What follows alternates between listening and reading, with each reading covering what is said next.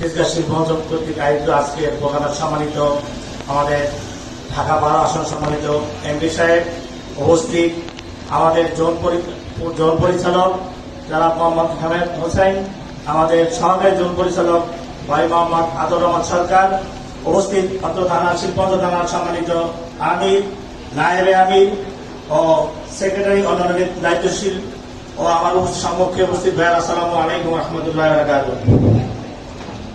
আল্লাহর প্রশংসা, রাসূলের প্রতি দুরূদ, শহীদের সর্বোচ্চ মর্যাদা কামনা করছি।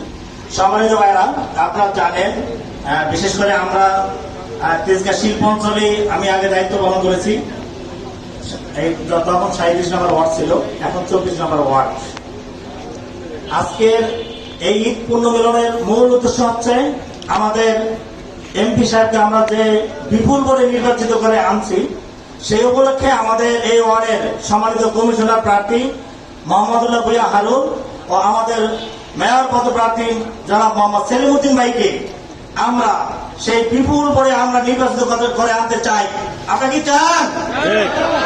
আমি বিশেষ করে বলতে চাই, 99 সালে এই কলোনি বাজার বাংলাদেশ জামাত ইসলামের একটি সমাবেশ হয়েছিল।